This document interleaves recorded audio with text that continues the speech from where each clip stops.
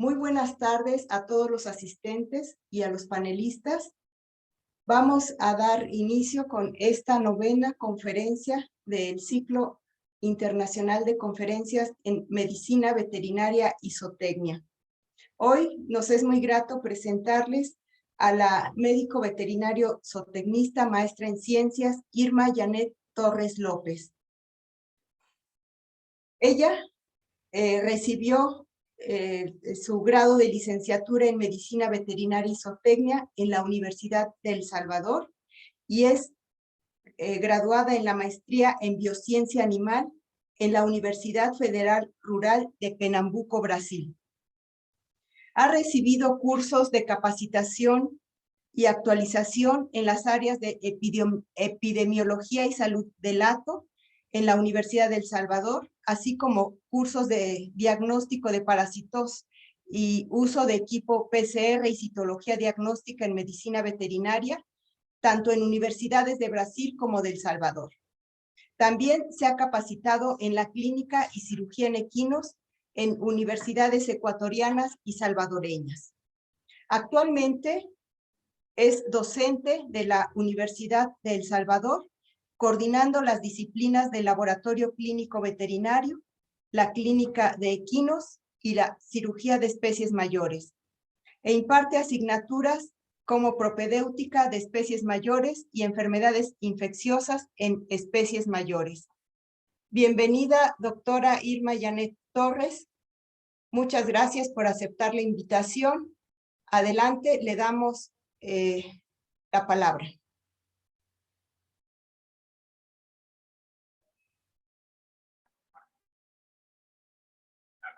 Buenas tardes.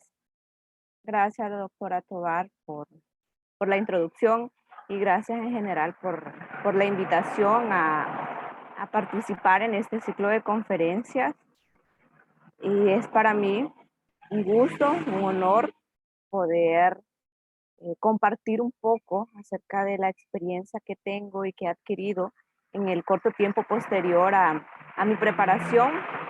Y pues estoy todavía, ¿no?, en preparación y como me comentaba la doctora Tovar, sé que hay aquí muchos médicos veterinarios que también se desempeñan en el área de clínica de equinos, en la parte de cirugía, y pues va a ser muy grato también escuchar sus comentarios y sus aportes respecto a la presentación que vamos a hacer el día de ahora.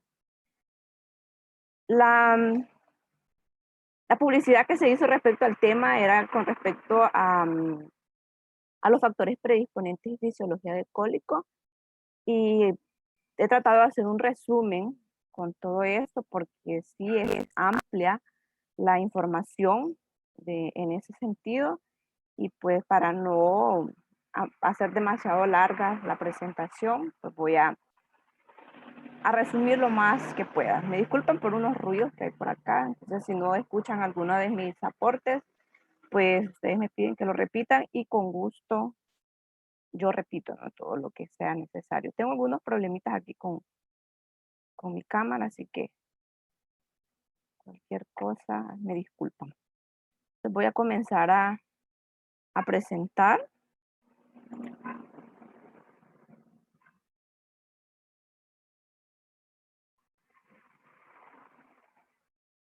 Si se observa, ¿verdad? Sí, doctora. Ok, gracias por la confirmación, doctora.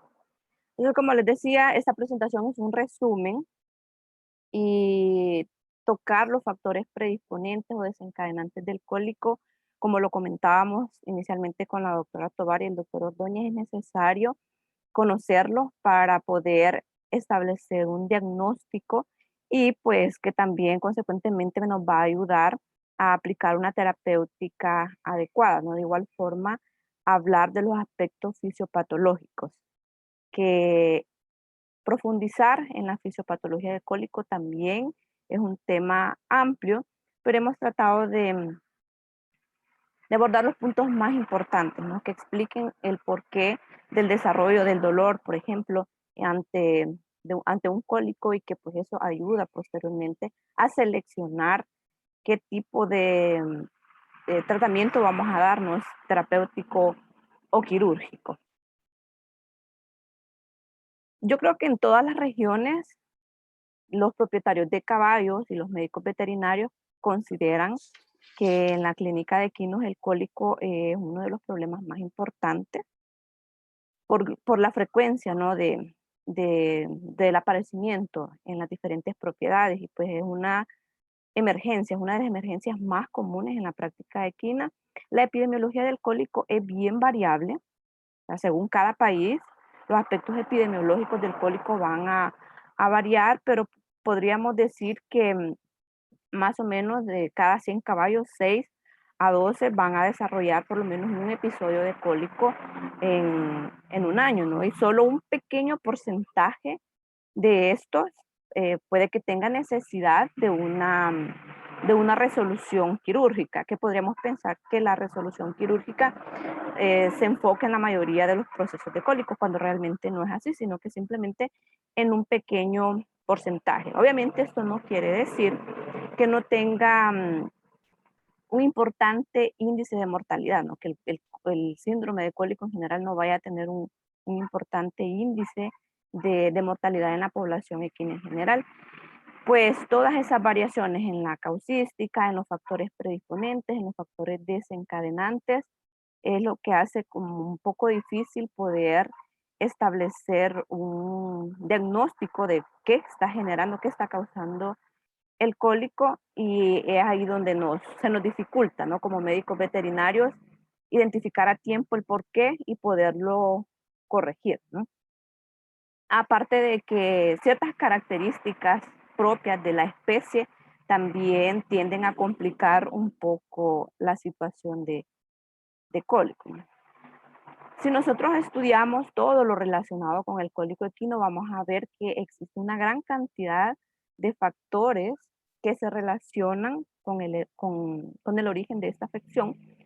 Y pues lo que más conocemos quizás, o con lo que más lo asociamos, es con el régimen alimenticio de esta especie, ¿no? Al que el equino es sometido, como por ejemplo el número de comidas, la calidad del alimento, ¿no? La calidad del pasto, la calidad del pienso, la cantidad que se le da, el tipo de alimento que se le ofrece a los equinos de forma general, y otro tipo de factores como la presencia de parásitos o otras enfermedades, como por ejemplo las enteritis o la gastritis, ¿no? Que también pueden estar involucradas dentro de estos factores predisponentes y desencadenantes del cólico.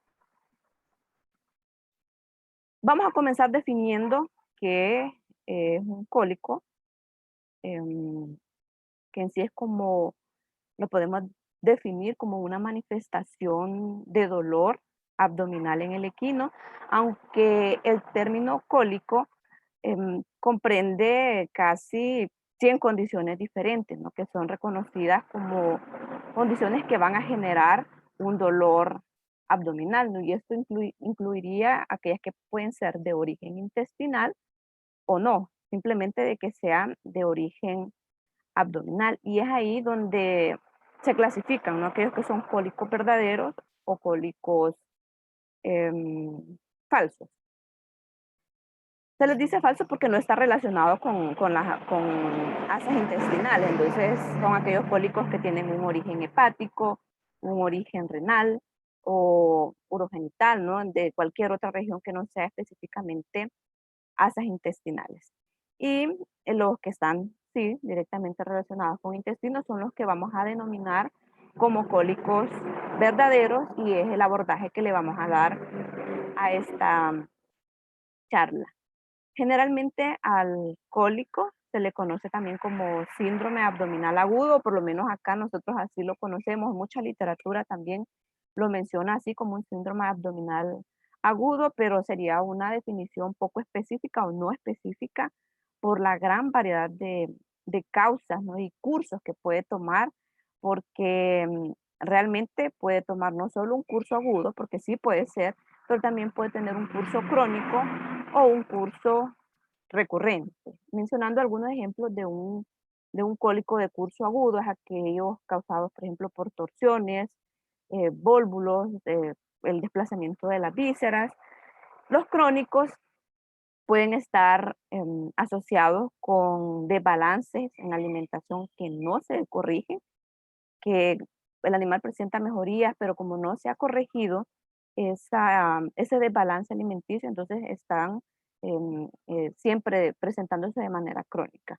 Los recurrentes pueden estar también asociados a la alimentación, pero también pueden estar asociados a condiciones como parasitosis, que no se tratan adecuadamente, si no se identifica también cuál ha sido la causa de un cólico inicial, se empleó una terapéutica pero no fue la adecuada, entonces no se trató adecuadamente o se ha dado solo un tratamiento superficial. Para el dolor, aparentemente vemos mejoría en el animal, pero posteriormente hay recurrencia, ¿no? en este síndrome. El dolor es lo más importante en el cólico por las manifestaciones de los signos clínicos que presenta el animal, y justamente a eso es lo que se orienta muchas veces la terapéutica, a corregir el dolor y obviamente otras complicaciones como la deshidratación, ¿no? Pero casi siempre la mayoría se enfoca a corregir el dolor, y es ahí donde es necesario que sepamos o conozcamos más bien todos los procesos que se dan durante el desarrollo, ¿no? del cólico y lo que genera el dolor en ese animal, que simplemente no es aplicar un analgésico y el problema se está corrigiendo. Hay varios mecanismos de dolor en un cólico, y estos pueden ser ocasionados por una distensión gaseosa en una porción del intestino, porque el mesenterio está tenso por alguna condición como una torsión, igual una obstrucción. También la isquemia y la inflamación en las porciones del tracto digestivo también pueden causarnos el dolor. Y la fisiopatología del síndrome de cólico pues está relacionado con con todos estos mecanismos básicos que van a causar el dolor. Creo que esta parte la mayoría tal vez sí la conocen, como las características anatómicas que tiene el equino, que le genera como riesgo, ¿no? Que son como factores de riesgo para el desarrollo del cólico. Y cuando nosotros hablamos de factores de riesgo en general, hablamos de varios elementos, ¿no? De un conjunto de elementos que van a tener la capacidad de aumentar, ¿no? La posibilidad de que se desarrolle este padecimiento. Y pues al ser un problema em, que generalmente de aparecimiento repentino, pues es necesario que nosotros estemos atentos a poder identificar, ¿no? Todos los factores que puedan propiciarlo. Y lo que identificamos inicialmente, pues es obviamente las características anatómicas que la especie equina ya tiene. A pesar de la magnitud, ¿no? del problema del cólico en los equinos, se sabe relativamente poco acerca de todos estos factores que van a favorecer su desarrollo, o más bien no están como del todo definidos, porque no hay suficientes estudios que funden bases epidemiológicas para decir qué tanta es la frecuencia, la incidencia, la ocurrencia de determinados factores como predisponentes o desencadenantes del cólico, especialmente cuando se trabaja a nivel de campo, ¿no? Que se definen ciertos factores predisponentes, pero no se estudian a profundidad. En sí, los determinantes de muchos trastornos que causan el cólico van a estar mucho más allá del alcance de esta presentación, y pues vamos a hablar de los más importantes, quizás de algunos nada más, y vamos a hacer ahorita el énfasis en la parte anatómica. Vamos a tratar de entender o tener bastante claras las características que tiene, especialmente el sistema gastrointestinal, que lo favorece, ¿no? el desarrollo del cólico. Y dentro de estas podemos mencionar el tamaño del estómago, el bajo volumen estomacal. Pues el estómago del equino en proporción con el tamaño del animal es bastante pequeño, con una capacidad aproximada de 9 a 15 litros, y pues se llena bastante rápido, y por lo tanto necesita un vaciado constante, ¿no? por lo cual el equino debería de estar consumiendo pequeñas porciones de alimento constantemente, no como lo realizarían a nivel de campo abierto. Pero como hay muchas modificaciones en la alimentación por los fines que se le han dado a la especie equina, entonces acá es donde se favorece muchas veces el desarrollo de cólicos por sobrellenado del estómago, ¿no? O sea, sobrealimentamos al animal, consume una excesiva cantidad de agua o una excesiva cantidad de alimento, y eso puede favorecer al desarrollo de un cólico leve, podríamos decir, un cólico espasmódico, dependiendo el, el alimento que haya consumido, ¿no? Qué tipo de proceso va a desencadenar posteriormente. Otra característica que tienen los equinos y que sé que todos lo conocen es que no consiguen vomitar porque el cardias muscular es bastante fuerte y únicamente se abre hacia dirección del estómago y va a impedir obviamente el retorno del bolo alimenticio o en caso de sobrellenado pues de contenido intestinal hacia, hacia la boca. Entonces esto favorece los cólicos específicamente o especialmente de estómago o de la porción anterior del intestino delgado. Entonces, si nosotros llegamos a ver que un caballo ha vomitado o ha sacado cantidades de contenido intestinal por la boca, esto significa que seguramente el esfínter del cardias se ha roto y esto sería pues un problema extremadamente grave. Aparte de eso, como medio muestra en la imagen, que no la alcanza a ver bien por mi computadora, que tienen varios esfínteres, ¿no? En el caso de, hablando perdón, tienen varias válvulas y los esfínteres estomacales, como se muestra acá en la imagen primera, de entrada y salida en el estómago están bien cerca, o sea, son muy cercanos, entonces una torsión va a obstruir ambos lados, ¿no? Entonces complicaría aún más el cuadro porque también nos impediría el paso de contenido del estómago hacia el intestino delgado en caso de que ocurriese una torsión que incluya los dos esfínteres estomacales.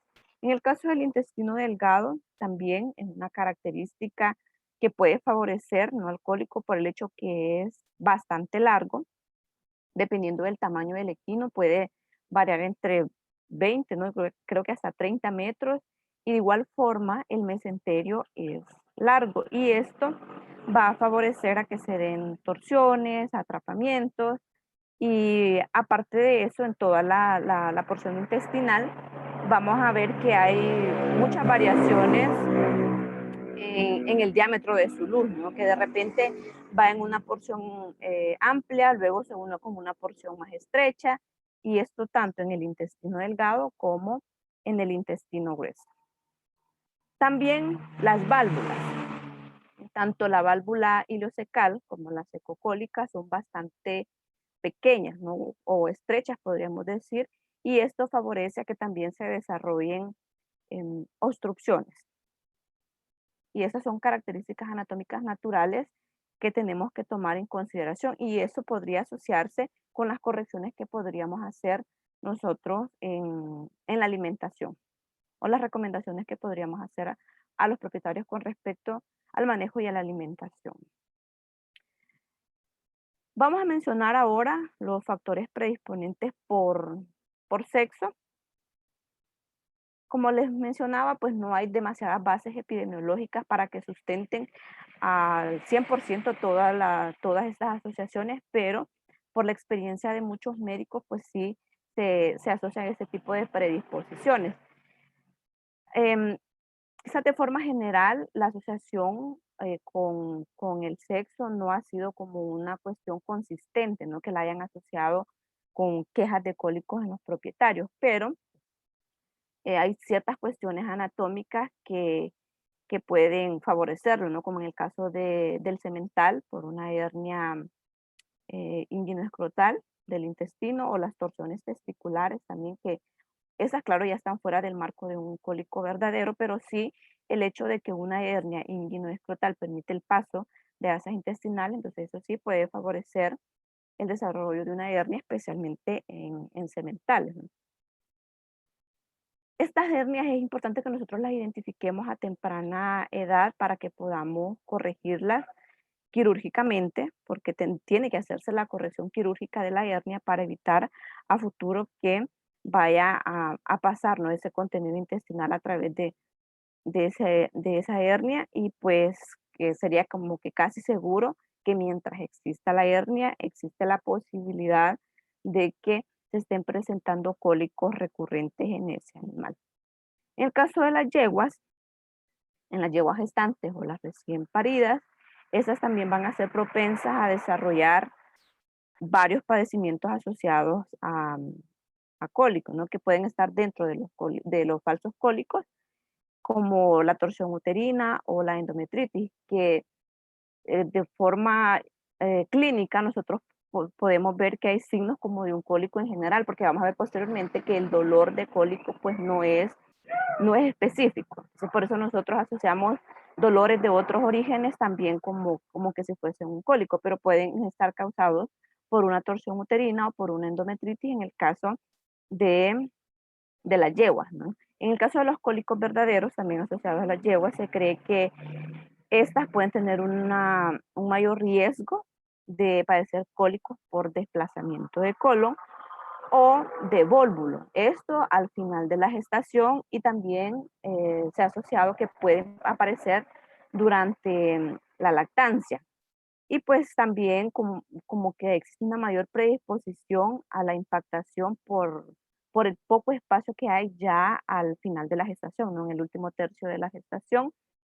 Y también se cree que este tipo de cólicos, como el cólico por desplazamiento, pueden estar relacionados, ¿no?, a ciertos aspectos fisiológicos que predisponen a las yeguas a tener un mayor riesgo de presentarlas. No están como del todo claros, pero se cree que las concentraciones, ¿no?, del calcio sérico en esta etapa y las modificaciones que se hacen en la dieta para preparar, ¿no?, a la yegua para esta nueva etapa, hace que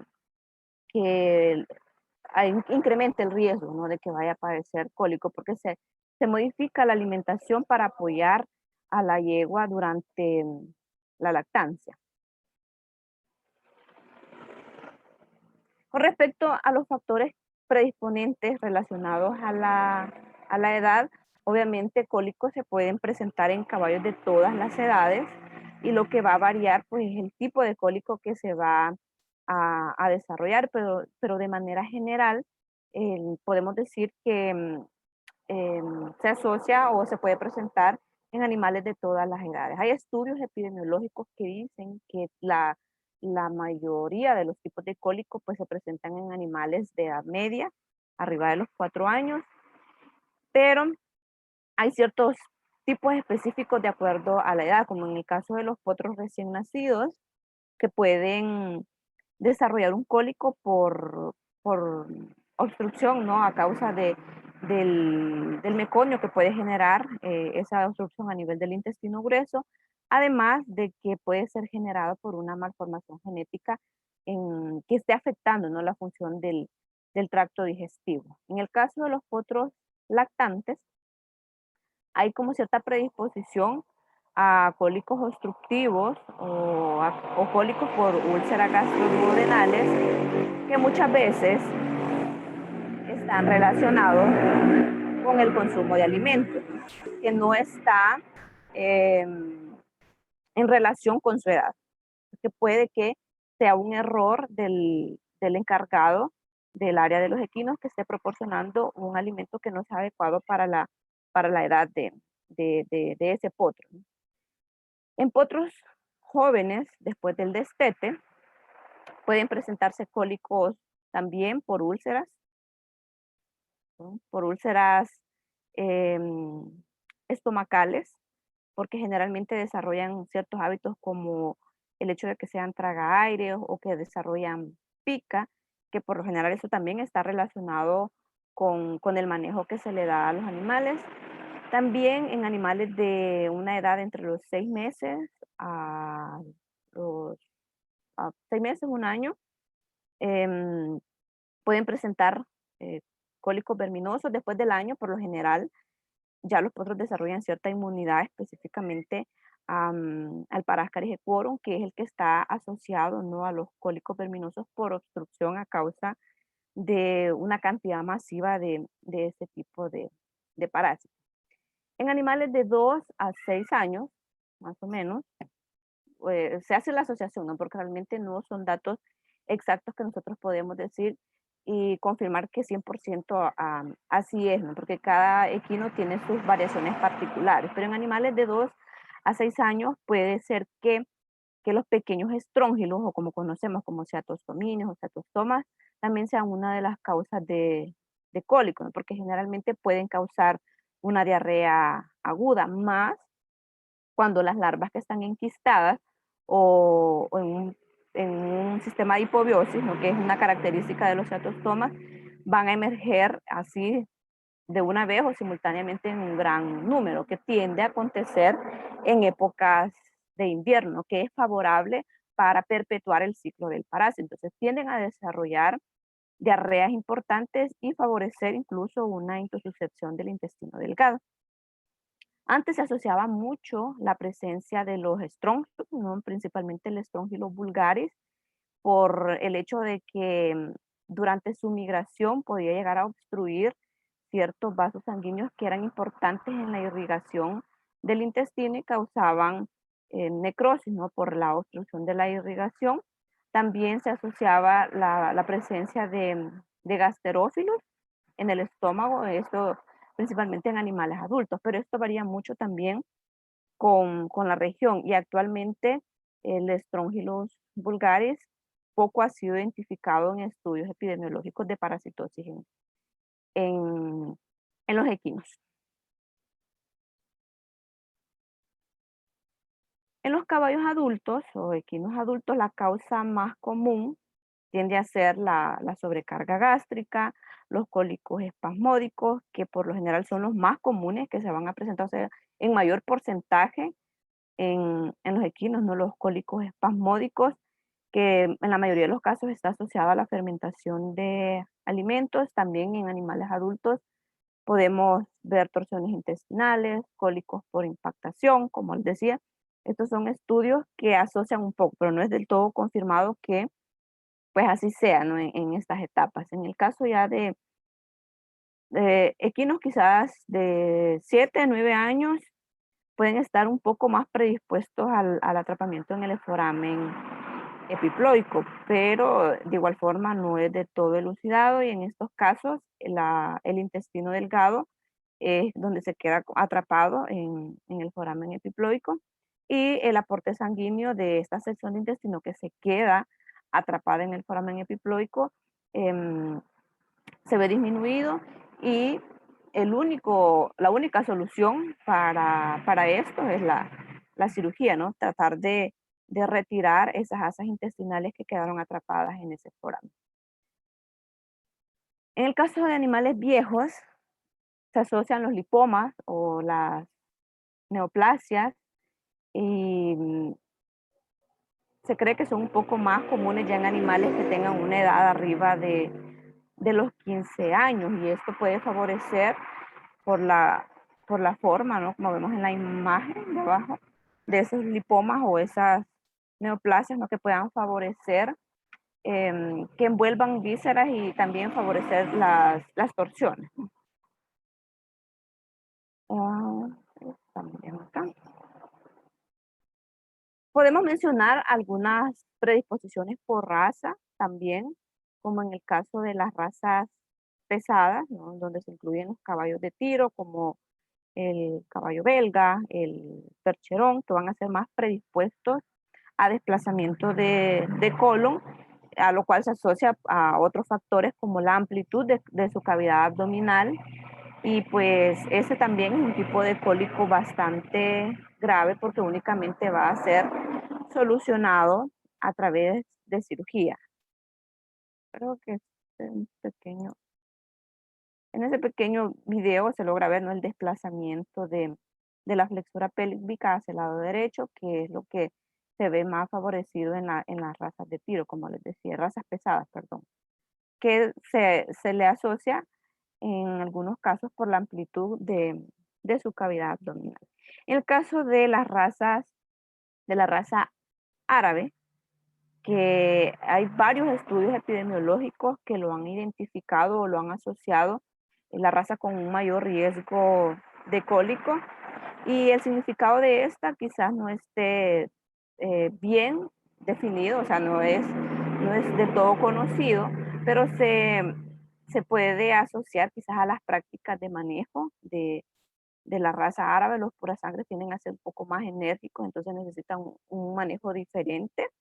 Y también pues hay muchas literaturas o médicos que dicen que ya es una predisposición genética de los caballos de raza árabe a trastornos gastrointestinales, no solo el cólico, sino que también la gastritis. Y principalmente en las razas árabes se ha asociado la predisposición a cólicos por vólvulos o por ilioparalíticos, ¿no? En el caso de las razas miniaturas, que podríamos mencionar el falabella, en animales jóvenes de esta raza, son bastante predispuestos también a la presentación de cólicos por la presencia de enterolitos y pues que el tamaño de su intestino delgado es bastante pequeño, ¿no? Entonces eso puede favorecer obstrucciones parciales o totales por la presencia de enterolitos.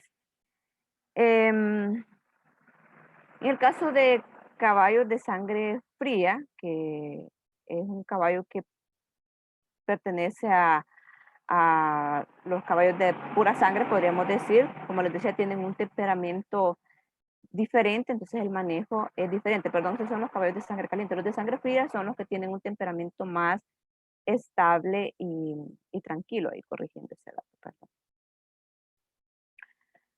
Con respecto a, a las predisposiciones por el manejo, podemos mencionar la alimentación, como les decía al inicio de la presentación, quizás es uno de los factores que más asociamos con la presentación de cólico, pero las prácticas de manejo en general son bastante importantes o tienen particular importancia porque son cuestiones que se pueden cambiar, ¿no? Y en consecuencia puede reducirse la incidencia de los cólicos en una determinada propiedad. Es probable que los factores de manejo también varíen entre región y países porque algunas tienen medidas más estrictas con respecto al manejo en alimentación y profilaxis que se le da a los equinos, y pues los factores asociados con cólicos en un área pueden ser eh, no relevantes en otra, ¿no? En otra área, también por la disponibilidad de de ciertos alimentos. Van a tener obviamente mayor predisposición aquellos caballos que son alimentados con una gran cantidad de carbohidratos. Acá en El Salvador es bastante común, tal vez no en todas las propiedades, pero es bastante común que se proporcionen cantidades de carbohidratos altas y no le dan mayor importancia a brindar una dieta equilibrada al equino. Y esto obviamente va a favorecer la producción de bacterias fermentadoras a nivel del intestino grueso. También hay otros factores como la calidad, ¿no? La cantidad del alimento, los cambios que se hagan en la alimentación, que es bastante común. La frecuencia de la alimentación, como decíamos, debería de estarse proporcionando alimentos de forma un poco más frecuente, por lo menos hacer 4 porciones en el día, pero hay propiedades acá que se conocen que únicamente dan 2 porciones en el día, ¿no? Temprano en la mañana y al final en la tarde, y es ahí donde favorecemos el sobrellenado del estómago y consecuentemente el desarrollo del cólico. También el tipo de pastos que se proporcionan a veces son muy leñosos, eh, que pueden favorecer, ¿no? El desarrollo de un fitobezoar o una obstrucción posterior en alguna porción del intestino. Los potrillos que a veces son alimentados con heno también pueden sufrir un cólico por impactación, lo que mencionábamos anteriormente relacionado a dietas que no son adecuadas para la edad. También si se proporcionan pastos demasiado tiernos en cantidades grandes, puede favorecer la acumulación de gas o que el animal desarrolle diarrea, no aumentando el peristaltismo y pudiendo favorecer una intussuscepción. Hay ciertas recomendaciones con respecto a la cantidad de grano o de carbohidrato que un equino debería de consumir y que no debería de sobrepasarse, ¿no? Eso es bien variable igual dependiendo de la región. Y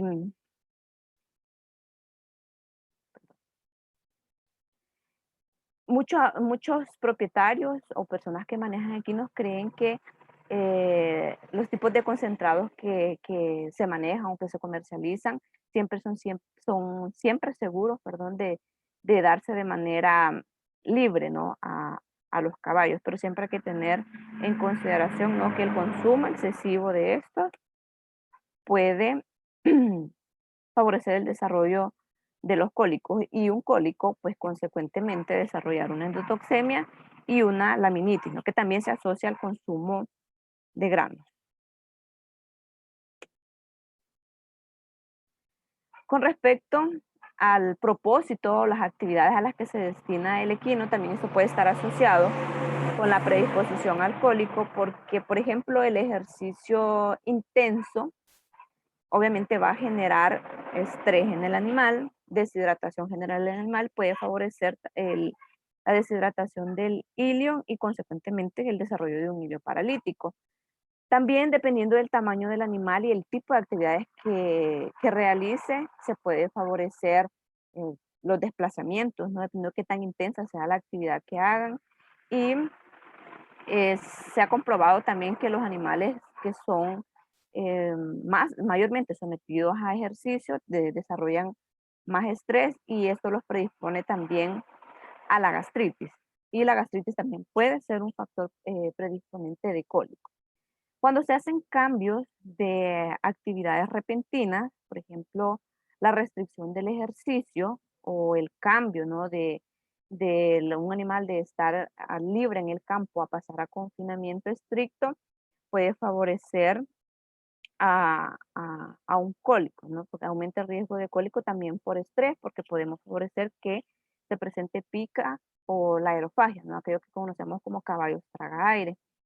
También que en muchas propiedades o muchos propietarios de equinos tienen la costumbre de usar los antiinflamatorios no esteroidales de forma un poco casi que desproporcionada, ¿no? Entonces a veces usan no dosis adecuadas o frecuencias adecuadas y el uso de AINES también puede favorecer con el tiempo, ¿no? Las úlceras gástricas y la colitis y pues consecuentemente un cólico. El acceso al agua limpia también está asociado, ¿no? A las predisposiciones eh, por manejo, ¿no? En cantidades adecuadas y la calidad del agua, que en algunos estudios también lo relacionan con el clima, ¿no? Esto, la cantidad de agua que un equino puede estar ingiriendo.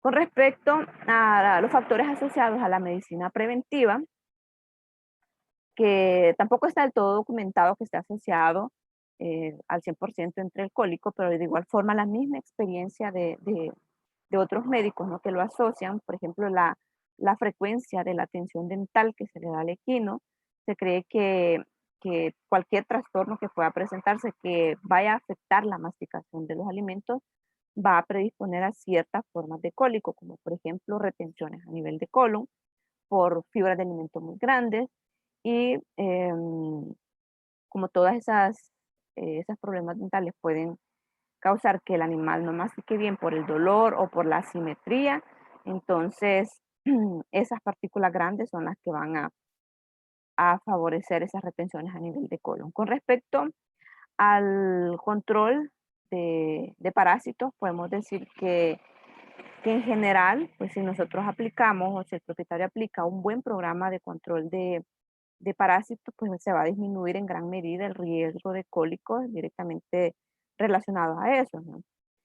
Un ejemplo sería un programa de aplicación de antiparasitarios que esté diseñado para, no sé qué pasa, que esté diseñado para minimizar, ¿no? El conteo de los huevos fecales, ¿no? Y de acuerdo a los tipos de huevos que se identifiquen, pues ir alternando los productos según la indicación, ¿no? De sensibilidad que puedan tener algunos tipos de parásitos a ciertos tipos de antiparasitarios. Además de estar haciendo test de reducción en el recuento de huevos para asegurarnos de que los productos que estamos utilizando son eficaces todavía, ¿no? Y que ya el equino ya desarrolló resistencia. Nosotros estamos pensando que a pesar de que estamos haciendo aplicaciones terapéuticas cada cierto tiempo de antiparasitario, pues este no está teniendo efecto.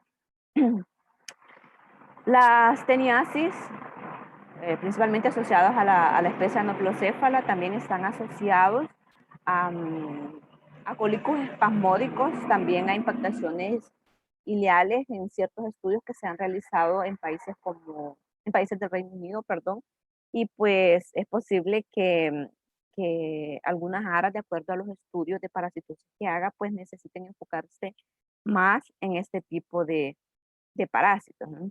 También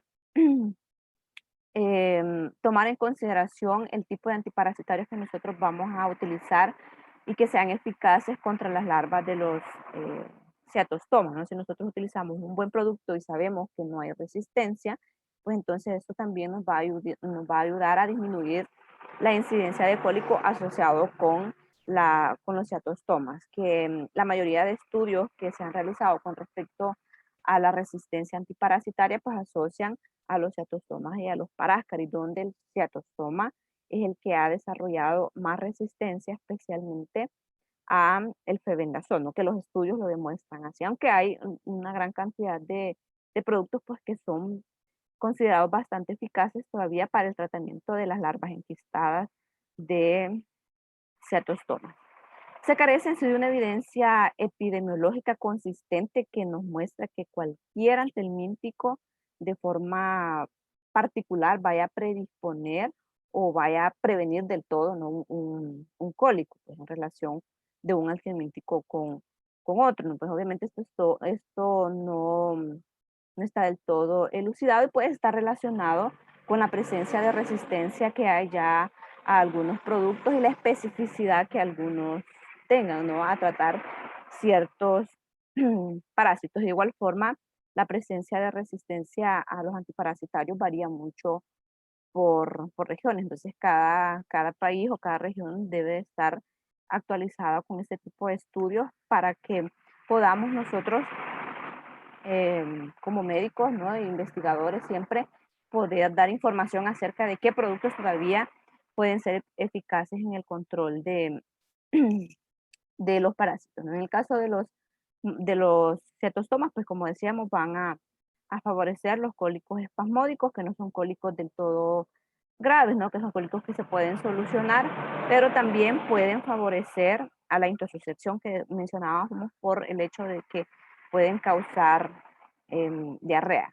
Hay algunos estudios, o no sé si son estudios o simplemente reportes acerca de que la aplicación de un antiparasitario puede favorecer el desarrollo de cólico y esto está asociado con la cantidad de parásitos que pueden estar presentes en un animal. Entonces, ¿cómo abordar terapéuticamente una parasitosis para no favorecer con la aplicación de un antiparasitario el desarrollo del cólico? ¿No? Y eso es principalmente, se puede asociar con los paráscaris, ¿no? Con el paráscaris equorum, que a veces por la muerte masiva del parásito, por la liberación de sus toxinas, pues favorece a una reacción inflamatoria, una obstrucción y obviamente el desarrollo de, de un cólico, pero ahí tendría que darse un manejo adecuado, ¿no? Que generalmente se aplican en 3 a 5 días consecutivos de la dosis mínima del antiparasitario, perdón, indicado para este tipo de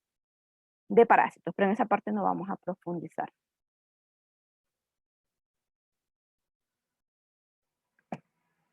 Con respecto al clima, que les mencionaba yo que está relacionado con el consumo de agua, hay ciertos informes contradictorios, ¿no? De una asociación del cólico con factores relacionados a eso, ¿no? Hay algunos investigadores que dicen que hay una mayor incidencia de cólico durante las etapas del año que son más cálidas, ¿no? Porque se asocia a que en etapas cálidas hay un mayor riesgo de deshidratación por sudoración, porque los animales de igual forma son sometidos a ejercicio, entonces el riesgo de deshidratación es mayor y que puede favorecer, por ejemplo, el hilio paralítico. Y algunos también indican o informan que hay una mayor incidencia de cólicos en climas fríos y lo asocian al hecho de que como hay un clima más agradable, más frío, se disminuye la ingesta de agua. En países tropicales, ¿no? Acá como en Centroamérica, que no tenemos bien definidas estaciones así separadas y el clima es siempre caluroso en todas las épocas del año, entonces podríamos decir que todo el tiempo tenemos esa predisposición. Podría disminuirse a lo mejor en épocas de invierno, de que la lluvia disminuye un poco el calor, pero casi siempre tenemos temperaturas bastante elevadas. Eso quizás lo relacionan de igual forma más la experiencia clínica de algunos médicos, ¿no? No tanto una base de investigación epidemiológica. Claramente queda mucho por hacer, ¿no? Mucho trabajo por hacer para poder determinar las diferentes causas de cólicos, cuáles son sus factores predisponentes y sus factores desencadenantes. Es probable que el cólico o un cólico en equino vaya a resultar de la combinación de varios factores y también es probable que ninguna causa única o un factor único sea suficiente como para que provoque el cólico, ¿no? Entonces los veterinarios y los responsables del cuidado de los equinos deben o debemos más bien esforzarnos por modificar, ¿no? Que todos estos factores que pueden predisponer a cólico y que ya sabemos cuáles son, por lo menos aquellos que sí logramos identificar cuáles son y los caracterizamos, ¿no? Entonces los asociamos a un mayor riesgo de cólico en los caballos y pues obviamente vamos a tratar de evitarlos.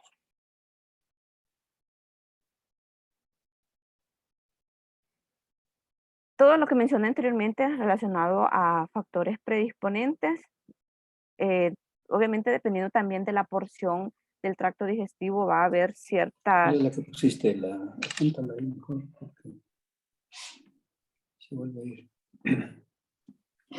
Perdón, no sé si había un aporte. No. Bueno, entonces estamos bien.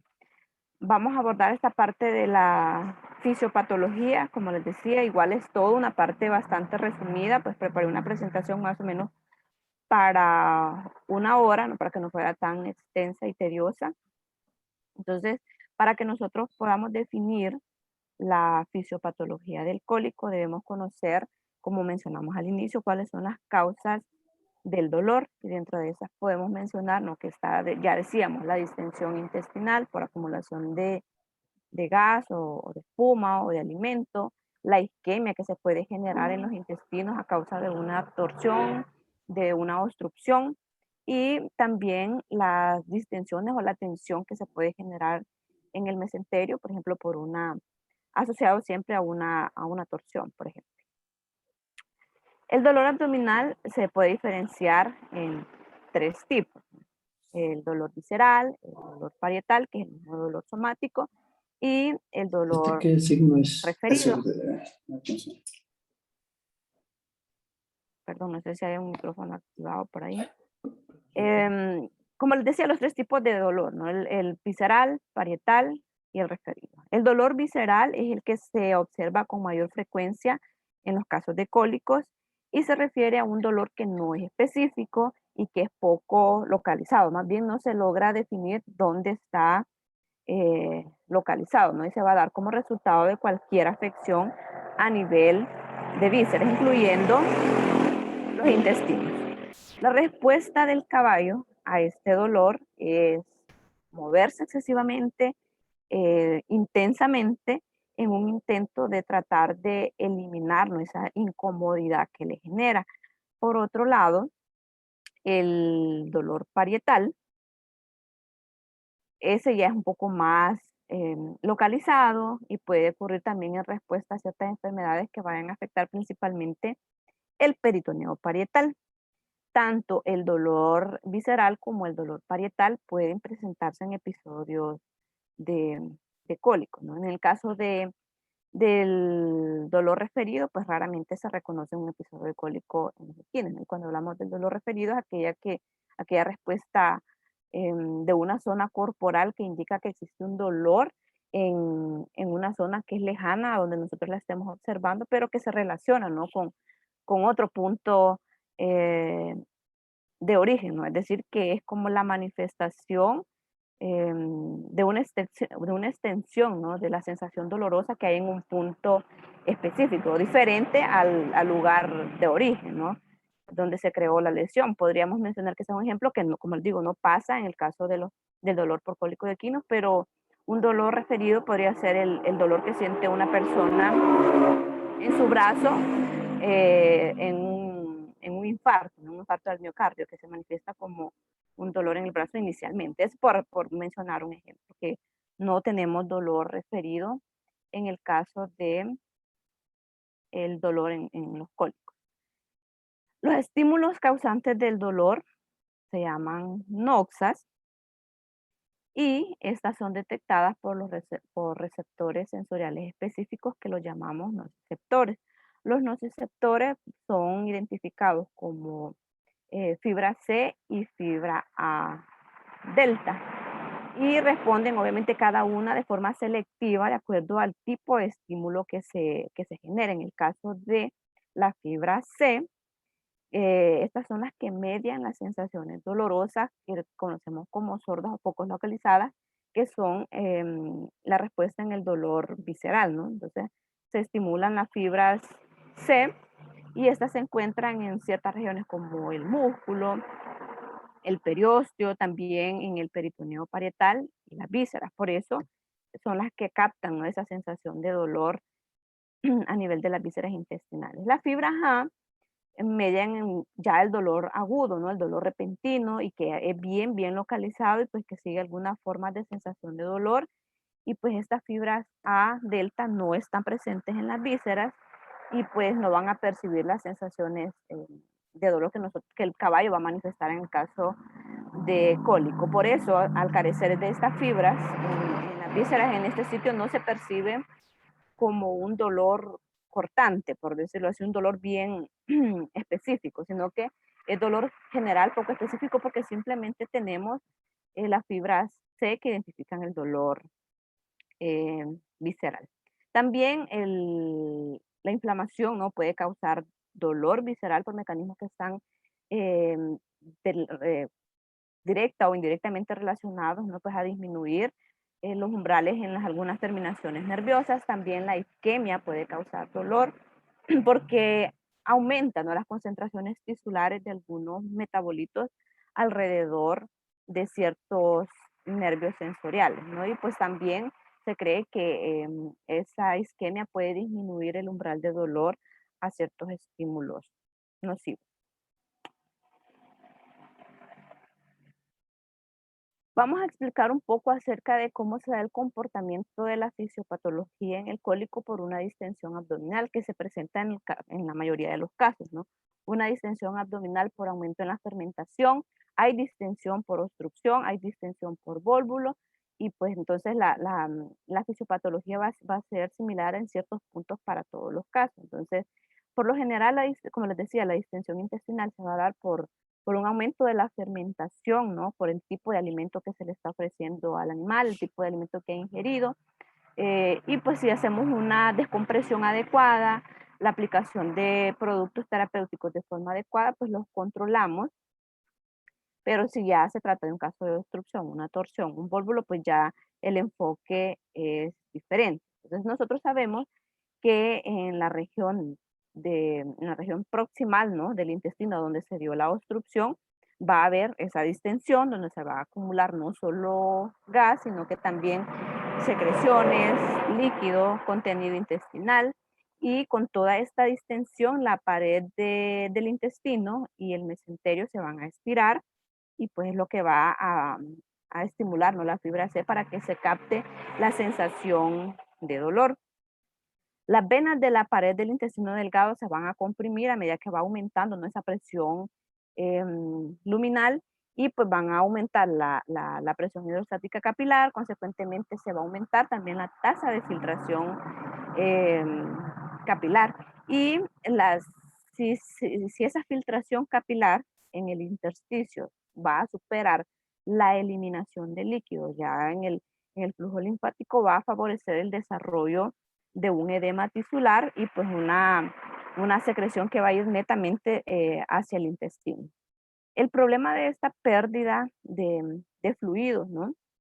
De la circulación, porque se está acumulando en el edema o se está liberando directamente, perdón, hacia el intestino, hace que haya como una disminución, ¿no? en el volumen plasmático, y obviamente esto va a afectar el gasto cardíaco porque se va a ver reducido y ya va a generar muchos disturbios, ¿no? Como por ejemplo un desequilibrio ácido-base y una incorrecta perfusión a los otros tejidos. Además, esto mismo va a generar una isquemia, ¿no? En la región donde se ha dado la obstrucción, el válvulo, por la disminución en el aporte de oxígeno, porque posiblemente ha pasado mucho tiempo, ¿no? Dependiendo, ¿no? Si es una obstrucción completa, un válvulo, pues a veces ese aporte de oxígeno es rápido para que se disminuya, y esa isquemia completa va a provocar posteriormente la necrosis celular y va a favorecer que se desprendan pequeños grumos de células, ¿no? Que se va a afectar totalmente la integridad de la pared intestinal. Entonces, cuando la isquemia y la inflamación destruyen la integridad de la barrera del epitelio intestinal, entonces el componente lipopolisacárido de la pared externa de los microorganismos gram negativos va a tener acceso a la circulación general, ¿no? Y esto va a desencadenar la endotoxemia, ¿no? Por esas endotoxinas o lipopolisacáridos que están siendo liberados al torrente sanguíneo porque se aumentó la permeabilidad por el daño de la pared intestinal. Aunque pueden ser causadas, ¿no? por condiciones distintas, todo esto, una enfermedad intestinal, hablando de la endotoxemia, este es bastante común en los casos de trastornos intestinales donde la integridad, como decíamos, de la pared intestinal va a estar comprometida, y no solo en el caso de cólicos, sino que también en casos de diarreas, que pueden ser diarreas severas, donde se va a dañar mucho las microvellosidades y pues, consecuentemente, ¿no? la integridad de la pared intestinal. También todo lo que puede generar cólicos, como las obstrucciones estrangulantes, la inflamación por una enteritis, y esto tanto en la porción de intestino grueso como de intestino delgado, ¿no? Estos organismos bacterianos, o esta proporción, ¿no? Por decirlo así, de los organismos bacterianos puede desarrollar o desencadenar en el animal una respuesta bioquímica bastante dramática, que va a conducir ya a la liberación importante o significativa de muchos mediadores inflamatorios en todo el cuerpo del animal, que van a hacer que éste al final llegue a un estado de shock, ¿no? Que en un estado de shock pues ya se compromete más la salud de este, el pronóstico ya va a ser un poco más, perdón, un poco más complicado.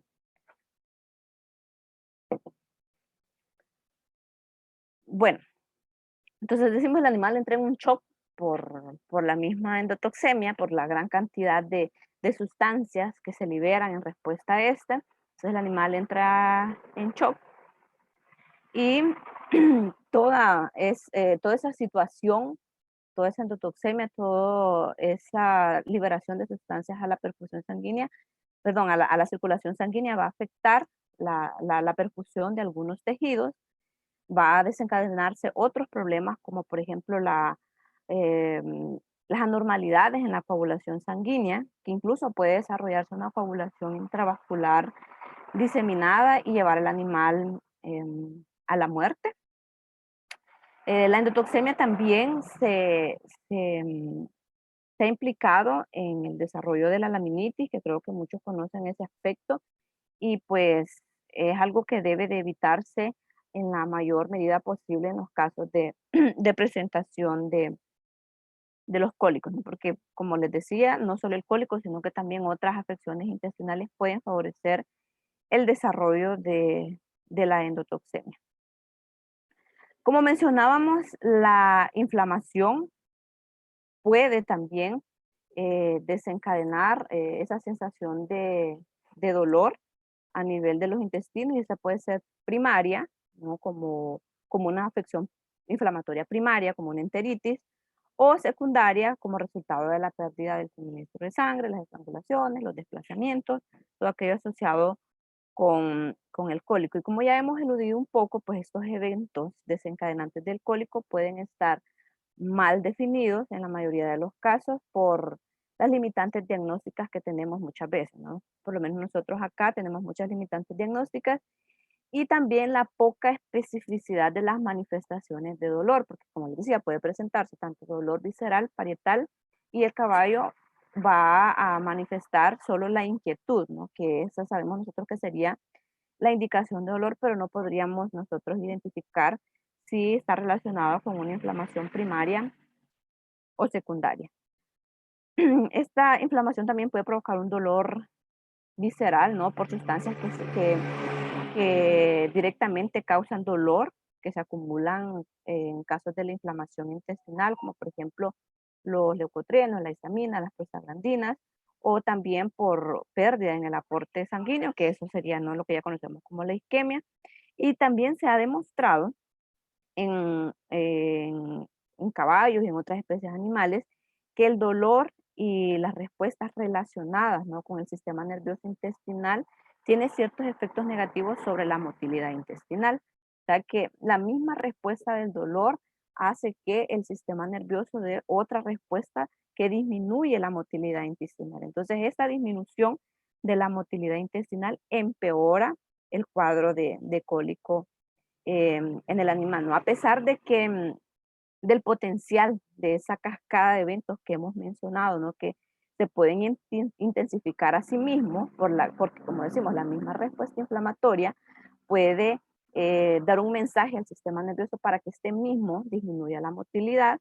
Esto hace que se intensifique a sí mismo. Entonces, no todos los episodios de cólico van a estar destinados, ¿no?, a alcanzar a un punto de disfunción fisiológica que autoperpetúe, ¿no?, estos cuadros de dolor, ¿no?, de cólico, perdón, que por la misma complicación de la disminución de la motilidad, pues se va a ir complicando y perpetuando, ¿no?, el problema de, del cólico. Hay algunas causas que no logran alcanzar, ¿no?, un nivel de gravedad o no persisten durante un periodo de tiempo lo suficientemente largo como para iniciar todo ese ciclo que desencadene, ¿no?, la perpetuación de este mismo ciclo. Si algunos de los eventos de este ciclo ocurren, todavía, ¿no?, se tiene el potencial de resolverse por sí solos, principalmente en los cólicos espasmódicos. Muchas veces se resuelven solitos, que el caballo caminó,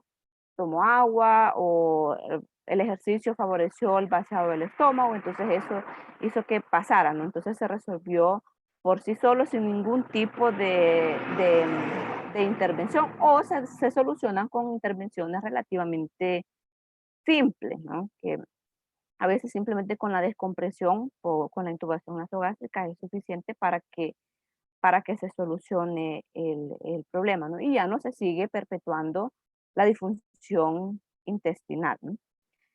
Em, También la existencia simultánea de factores como el edema, las alteraciones de la motilidad, alteraciones en el aporte sanguíneo o todo el aporte sanguíneo alterada, eh, puede no, pues, favorecer a que la condición empeore y pues se requiera de que haya una intervención mucho más intensa, ¿no? Que no sea tan sencillo como lo hemos mencionado, con aplicación de ciertos medicamentos, con intubación nasogástrica, pues a lo mejor ya necesite una intervención como cirugía o terapéuticas ya un poco más completas, ¿no? Que busquen solucionar todas las alteraciones que ese edema, esa alteración de la motilidad, esa disminución, ¿no?, en el aporte sanguíneo de los intestinos va a causar a nivel sistémico en el animal. Esta sería mi presentación con respecto a factores predisponentes y fisiología y fisiopatología del cólico. Como le mencionaba a la doctora Tovar y al doctor Ordóñez, pues que no íbamos a hacer énfasis en la parte de terapéutica o diagnóstica porque era el enfoque para que se pudiera asociar con el tipo pues, de nosotros de maniobras diagnósticas y terapéuticas que podíamos aplicar posteriormente. Entonces, sería hasta acá mi presentación. No sé si hay alguna consulta.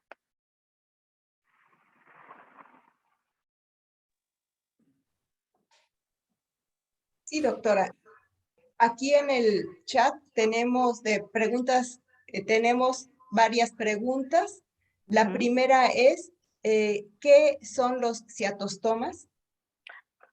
Son un tipo de nematodos, ¿no? Que están presentes en los equinos, que se incluye dentro de los estróngilos, que los estróngilos están clasificados en pequeños y grandes estróngilos. Entonces, los pequeños estróngilos son conocidos también como ceatostominos, ceatostomas. Entonces, ese tipo de nombre se les da, que es un tipo de nematodo, que es lo que les mencionaba, que tiene la capacidad de enquistarse en la mucosa intestinal como mecanismo de supervivencia, ¿no? Porque hay épocas del año que por el clima no favorece la perpetuación de la especie del parásito. Entonces se enquistan en la mucosa y en ciertas épocas del año, como el invierno, que es favorable, ¿no? Por el pasto fresco, la humedad, de ahí salen de la mucosa intestinal donde estaban enquistadas y eso es lo que la puede favorecer, diarrea o inflamación de intestino, que consecuentemente puede favorecer el cólico. Muchas gracias, doctora. La siguiente pregunta es de Margarita López y dice que no alcanzó a escuchar bien el apartado de clima como factor predisponente, que si podría citarlo nuevamente, por favor. ¿Sí? Como todos los factores que hemos mencionado, como les decía, falta que se estudie aún más con estudios epidemiológicos, pero por experiencias de algunos médicos y algunos reportes que se han hecho, se asocia el clima con cólicos relacionados directamente con el consumo de agua, porque con el consumo de agua no hay el estado de hidratación del animal, porque en climas cálidos, o sea, donde el clima es mucho más caliente, más seco, entonces el animal, a pesar de que consuma cantidades importantes de agua, siempre está más predispuesto a la deshidratación, por mínima que sean las actividades físicas que haga. Entonces esto se asocia a que la deshidratación que puede generarse en climas cálidos puede favorecer o da un mayor porcentaje de predisposición a cólicos por hilio paralítico. Y en contraposición, ¿no? El clima frío, que se dice, ¿no? Que porque el clima es agradable, entonces el consumo de agua también disminuye. Y eso de igual forma puede favorecer la deshidratación de alimentos, impactaciones y desarrollo de cólicos. Muchas gracias, doctora. Bueno, aquí Saraí hace una pregunta ya enfocándose hacia la terapéutica y dice, tomando en cuenta la aplicación de una sonda nasogástrica para disminuir la distensión abdominal y la aplicación de analgésicos para disminuir el dolor, ¿cuál considera que serían los pasos para tratar en orden de importancia un cólico? Primero, la descompresión. Hay ciertas formas o sea, hay varios enfoques que se le dan al tratamiento de cólico, pero yo considero que lo primero que debemos hacer, independientemente de cuál sea la causa del cólico, como médico, buscar la descompresión, ¿no? A través de la sonda nasogástrica. El problema que muchos tenemos a veces es que cuando llegamos a las propiedades ya les han aplicado medicamentos analgésicos. Entonces eso nos enmascara un poco algunos signos y complica aún más el establecimiento del diagnóstico, ¿no? De la causística del cólico. Entonces primero la descompresión y si aún persiste, ¿no? El dolor, las manifestaciones de cólico, entonces ya posiblemente nosotros buscamos otras maniobras, perdón, diagnósticas, palpación rectal, podemos hacer pruebas de laboratorio y pues posteriormente si la manifestación, ¿no? De dolor en el animal da el chance de hacer todo eso, posterior a eso aplicamos ya medicamentos como los analgésicos. Gracias, doctora. Luis Mario nos pregunta, ¿cuál sería el mejor tratamiento contra los ciatostomas? Esto es bien variable. Los cetostomas, al ser nematodos, se cree que tienen sensibilidad, ¿no? por diferentes tipos de antiparasitarios. Hay literatura que recomiendan que el uso de las ivermectinas o las abamectinas son lo ideal para el tratamiento de los ciatostomas porque tienen la capacidad de penetrar la cápsula, ¿no? de esa larva enquistada. Pero también hay muchos reportes que están indicando que porque estamos utilizando mucho este tipo de antiparasitarios, pues también ya hay resistencia de los ciatostomas, incluso a estas que son consideradas las más eficaces para el tratamiento del ciatostoma. Pero en muchas regiones el uso de febendazol también resulta todavía bastante eficaz para el tratamiento de los ciatostomas. Entonces lo recomendado es estar haciendo los recuentos fecales. Nosotros no vamos a diferenciar a través de un recuento de huevos en las heces un huevo de un ciatostoma como de un estróngilo, por ejemplo, un estróngilo vulgar, porque son bien parecidos. Pero por los estudios que existen, ¿no? De que ha disminuido la ocurrencia, la incidencia, la prevalencia de los estróngilos vulgares o de las otras especies de estróngilo, entonces asociamos que esas características que tienen esos huevos están más indicándonos la presencia de ciatostoma. Entonces podemos hacer esas pruebas de recuento de huevos para ir verificando si el tipo de antiparasitario que nosotros usamos está siendo eficaz. Pero en la actualidad se recomienda mucho el uso de las abamectinas. Gracias, doctora. La siguiente pregunta dice, ¿cuánto tiempo tarda el vaciado gástrico? Eso es bien variable. Depende de cuál es la causa del cólico, la acumulación, ¿no? de contenido, porque a veces una acumulación de contenido a nivel de intestino delgado también podemos nosotros evacuarla a través de sonda nasogástrica y pues puede ser bien variable. Puede ser una cantidad pequeña, pero hay animales que se sacan litros y litros de contenido intestinal. Entonces no hay una cantidad, por decirlo así, específica que se pueda sacar. Si es una cantidad muy pequeña, pues nosotros podríamos decir que realmente no hay una distensión por acumulación de líquidos o de alimentos, ¿no? O podemos ver simplemente la salida de aire cuando es distensión gaseosa. Bien, la siguiente pregunta dice, ¿cómo abordar una torsión gástrica y posible invaginación intestinal sin llegar a intervención quirúrgica, ya que a los propietarios no les gusta ese proceso? Yo creo que en ningún caso, aunque fuera la única solución, ¿no? La intervención quirúrgica, el propietario pues no va a estar como muy de acuerdo en esa, en esa terapéutica, por decirlo así, no que sea quirúrgica. Hay que hacer muchas evaluaciones. Cuando se trata de torsiones o intussuscepciones, casi que en todos los casos hay que hacer cirugía, ¿no? Con palpación rectal nosotros podemos ver qué tan, tal vez ni ver, ¿no? Sino que percibir un poco qué tan intensa puede ser esa torsión, pero no llegamos a definir un grado. Entonces, sí, podemos hacer las diferentes maniobras porque es bien difícil incluso diagnosticar el hecho de que se trate en sí de una torsión. Por lo menos acá porque se nos limitan ciertas maniobras diagnósticas. A veces no llegamos ni siquiera a definir bien cuál ha sido la causa del cólico, pero si son torsiones, intussuscepciones, pues en la mayoría de los casos que algunos médicos dicen hay que hacer ejercicio, que el animal se mueva, que seguramente ese desplazamiento va a favorecer el reposicionamiento de las vísceras. Puede que si es bien leve, funcione, pero realmente casi siempre van a cirugía. Pues se aplica medicamentos para el dolor, solución leve, vuelve a aparecer, entonces ahí ya son indicativos de que el animal debe ser sometido a cirugía.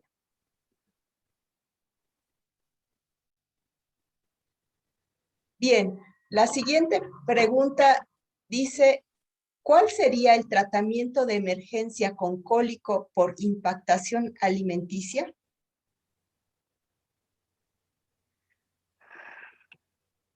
Pues lo primero, como les decía, que nosotros logremos identificar que realmente se trata de una impactación alimenticia, pero podríamos verificar, ¿no? La integridad del intestino, que es un poco difícil. Podemos hacer la palpación rectal, la descompresión del estómago para tratar de ver cómo se alivia lo más que puede inicialmente uno el malestar en el animal.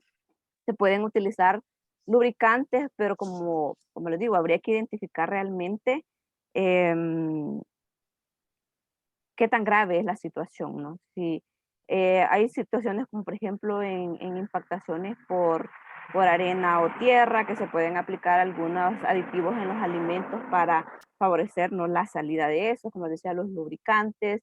Si fuese poco, podríamos utilizar incluso algunos procinéticos, pero es realmente bien complicado definir y decir que al 100% esto va a ser eficaz, ¿no? Entonces tiene que jugarse con varios tipos de maniobras, pero siempre, siempre es de buscar el alivio del animal, especialmente con la descompresión, porque igual si hay una impactación, puede favorecer, ¿no?, también el sobrellenado en el estómago, o depende en qué porción del intestino sea la impactación, podría igual solucionarse, pero como digo, hidratación, lubricación del intestino, descompresión intestinal, palpación rectal, porque podría ser que hayan porciones incluso ya al final del recto para ir evacuando. Y pues si el animal evacúa, o sea, logra evacuar, puede ser un indicativo de que nosotros sí podríamos utilizar los lubricantes y los procinéticos para favorecer la salida de lo que esté causando esa impactación.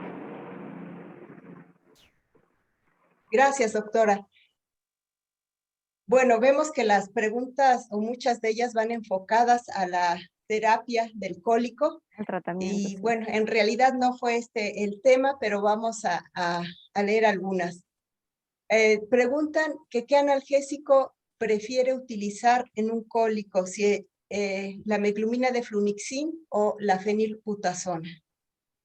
Entre esos dos prefiero el flunixin meglumine. Hay otras opciones de analgésicos como eh, algunos opiáceos que podemos utilizar. Yo sé que los opiáceos afectan un poco la motilidad intestinal, pero algunos también tienen el beneficio, ¿no?, de reducir la intensidad del dolor. Infelizmente acá en el país pues no encontramos mucho de eso. Entonces la disponibilidad que tenemos nosotros acá es casi que únicamente del flunixin meglumine, y pues ese es el que por lo general utilizamos.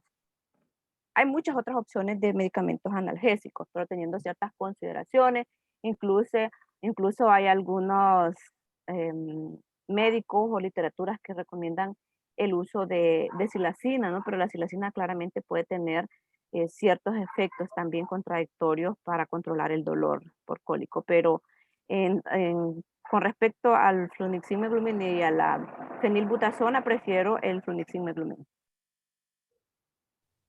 Gracias, doctora. Ana Ross le felicita por su conferencia y pregunta que si puede diferenciar el tipo de obstrucción haciendo ultrasonido.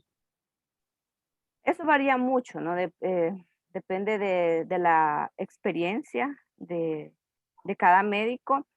Particularmente no he tenido muchos casos de cólico por obstrucción. No podría decirle yo que tengo esa capacidad de hacer la diferenciación por ultrasonido, pero considero que eso depende mucho de la experiencia, ¿no? Y el poder maniobrar con el equipo de los médicos, porque se puede hacer, ¿no?, transrectal o transabdominal, y pues ahí muchas veces ni siquiera se logra identificar. Simplemente vemos la gran acumulación de, de gas, ¿no?, o la distensión de las vísceras, y no nos permite identificar, ¿no?, qué tipo de obstrucción es. Pero podríamos nosotros asociarlo un poco, ¿no?, por las porciones de intestino que pueden verse afectadas, ¿no? Y qué tan intensa puede ser esa distensión abdominal. Gracias, doctora. El doctor José Ángel Fletes pregunta, dependiendo el porcentaje de deshidratación en el cólico equino, ¿recomienda usted la combinación de solución Hartmann y solución salina fisiológica? La verdad que se podrían utilizar, sí, ambas, de preferencia la solución Hartmann, pero si tuviéramos la posibilidad, ¿no?, de evaluar el estado ácido-base del animal, porque realmente un cuadro de cólico altera, ¿no?, el equilibrio ácido-base. Entonces, por lo general, se desarrollan como acidosis, entonces particularmente utilizo más el Hartmann. De acuerdo, doctora. Bueno, aquí varias personas preguntan o tienen la inquietud de cómo determina si un cólico necesita atención quirúrgica. Hay varios factores que se toman en consideración.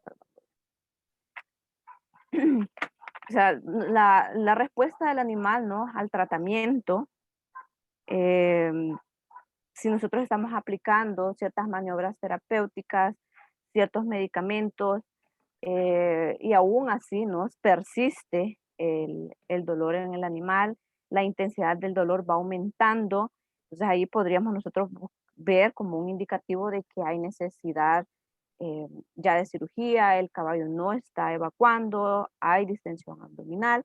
La verdad es que hay varios factores que se toman en consideración, ¿no?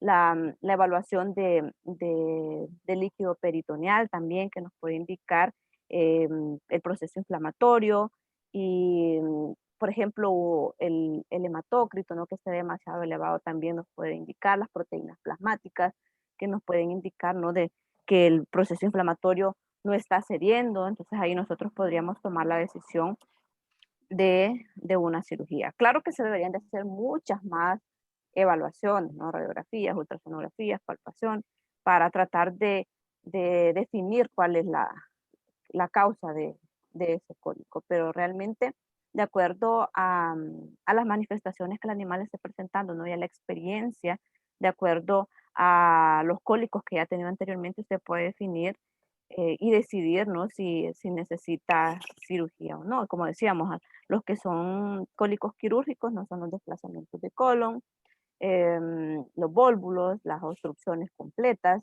y algunas a veces sí las logramos definir a través de maniobras.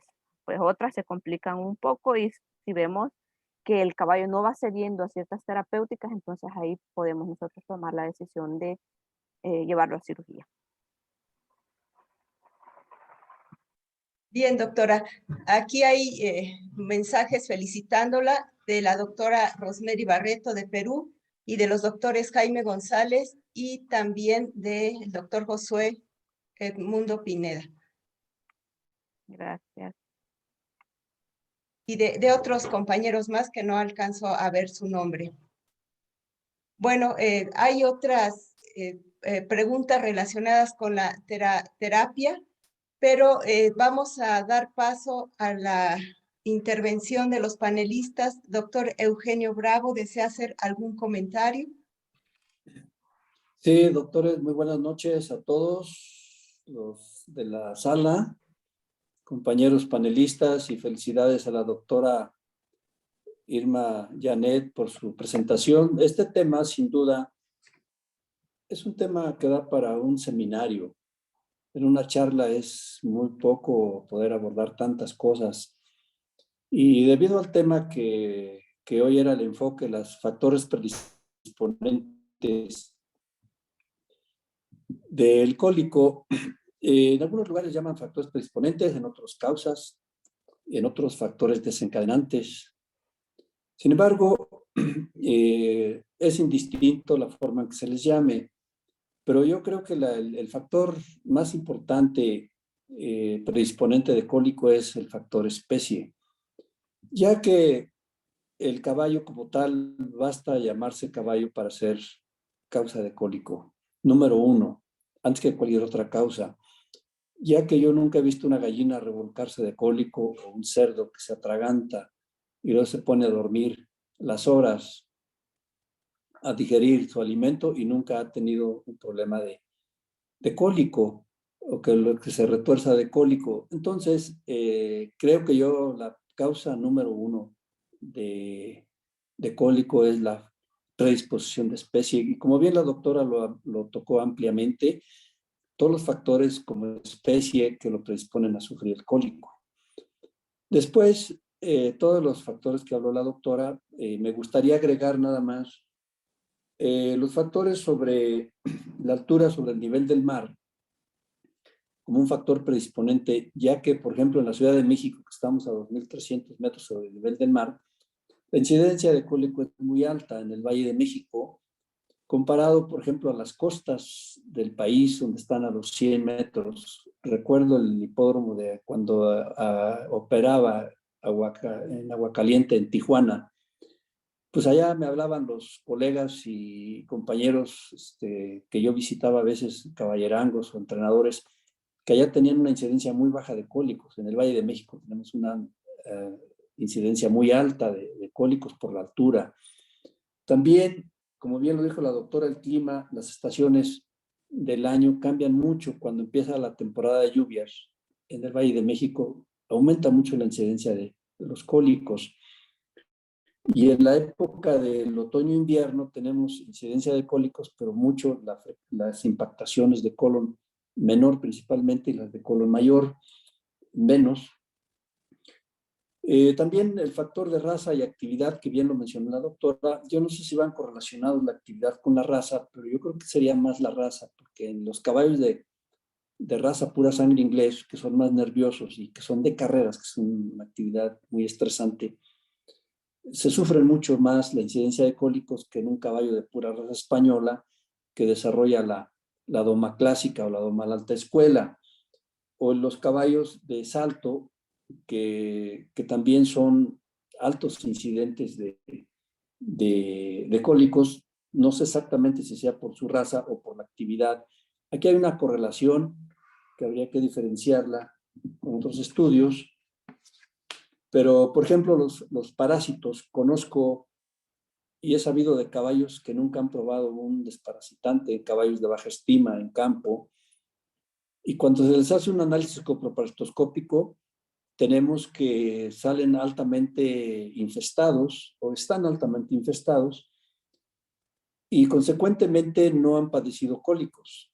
Entonces, los parásitos creo yo que son un factor desencadenante porque tiene que haber un desequilibrio entre el huésped y hospedador para que se desarrolle el cólico. Pero mientras haya un equilibrio entre los parásitos y como huéspedes y el caballo, no sucede un cólico. Esto quiere decir que un caballo que come mucho alimento por alto rendimiento deberá tener 0 parásitos. Un programa debidamente de programa de desparasitación para que no haya esa interferencia en su equilibrio. Y un caballo que tiene muchos parásitos, pues debe de desarrollar poco trabajo y además prohibido comer mucho, porque entonces se entorpece la digestión y no alcanza a digerir los alimentos cantidades altas que coma, como ese caballo que encuentra la bodega abierta y se mete y se jarta, pues si está parasitado es una bomba de tiempo y en unos minutos estará con un cólico. Sería lo que por el momento puedo agregar a la charla tan interesante de la doctora, pero sin duda este tema da para un seminario de una semana y los tratamientos pues van a depender mucho de la situación y tipo de cólico que tenga el caballo. Por el momento sería lo que podía agregar a la charla, sin duda muy completa, y cualquier cosa, con gusto lo complementamos. Y cedo la palabra a quien siga, por favor, doctora Irma, gracias. Y saludos a todos. Muchas gracias, doctor Eugenio Bravo. Bueno, el doctor Eugenio Bravo es profesor de Clínica Equina y de Zootecnia Equina en la Facultad de Estudios Superiores Cuautitlán de la UNAM, y le agradecemos mucho que esté presente, doctor. Bueno, además, igual. Gracias, doctor. También le envían saludos y felicitaciones sus alumnos de la Universidad de El Salvador a la doctora Irma Janet. También hay estudiantes de la Universidad Científica del Sur aquí presentes, de Ecuador, de la Facultad de Medicina Veterinaria y Zootecnia de la UNAM, de la FES Cuautitlán de la UNAM y de universidades argentinas. Muchas gracias a todos ustedes por su interés y su participación. Bueno, pues agradecemos la participación de todos los asistentes de los diferentes países de Latinoamérica y también a la de los panelistas. Muchas gracias, doctor Eugenio Bravo, doctora Diana Ortiz, doctor Herminio Jiménez y doctor Esteban Muñoz. Ha sido un placer escuchar esta plática. Muchas felicidades, doctora. ¿Y me permitiría compartir la pantalla? Claro. ¿Desea agregar algo usted, doctora? Sí, solamente agradecernos a todos los participantes por sus felicitaciones, ¿no? Por estar atentos de la presentación. Sé que fue un poco resumida, un poco breve, y como decía el doctor Eugenio Bravo, esto requiere de dedicarle mucho más tiempo, pues una temática bastante amplia, pero sí espero haber aportado un poquito, ¿no? Un granito de arena ahí a los conocimientos, y agradezco mucho los aportes del doctor Eugenio, ¿no? Y los comentarios que han hecho todos los participantes. Y gracias a ustedes también por la invitación. Bueno, para finalizar y agradecer la participación excelente de la doctora Irma Janet Torres López, a nombre de la Facultad de Estudios Superiores Cuautitlán, vamos a entregar esta constancia por su destacada participación como ponente de la conferencia magistral Factores predisponentes y fisiológicos del cólico en equinos. Por mi raza hablará el espíritu. Cuautitlán Izcalli, Estado de México, 18 de febrero del 2022. Muchas gracias, doctora. Ha sido un placer contar con su presencia y esperamos tener próximamente su participación de nuevo. Con mucho gusto, les agradezco a ustedes por la invitación. Muy bien. ¿Alguno de los panelistas desea agregar algo? ¿O usted, doctora Irma Janet? No, de mi parte creo que es todo. Bueno, finalmente vamos a hacer una invitación para la siguiente conferencia que corre a cargo de el doctor Juan Manuel Alvarado Sorto, también profesor de la Universidad de El Salvador, y el tema es Pioderma en caninos y su importancia diagnóstica. Esta conferencia tendrá lugar el 5 de marzo de 2022, es sábado a las 11 del día, hora de México y El Salvador, y en el cartel les proporcionaremos los horarios de los otros países. Agradecemos su participación y los esperamos en la siguiente conferencia. Muchas gracias por todo.